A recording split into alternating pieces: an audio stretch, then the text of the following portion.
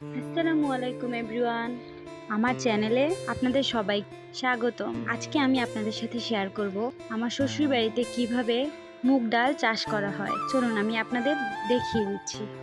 এই জমিতেই আমাদের মুগ ডাল চাষ করা হয়। মুগ ডালের বীজগুলো এখান থেকে নিয়ে উঠোনে এভাবে রোদ দেওয়া হয়।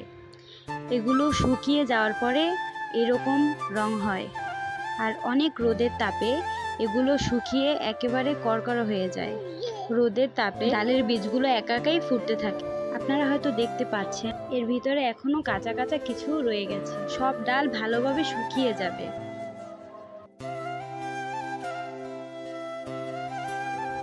শুকানোর পরে এভাবে লাঠি দিয়ে ডালের উপরে বাড়ি মারতে হবে। আস্তে আস্তে ডালগুলো এমনিতেই ছুটে যায়। দেখুন কীরকম ছিল ডাল আর কীরকম ছুটে যাচ্ছে। তারপরে একটি কুলার সাহায্যে ডাল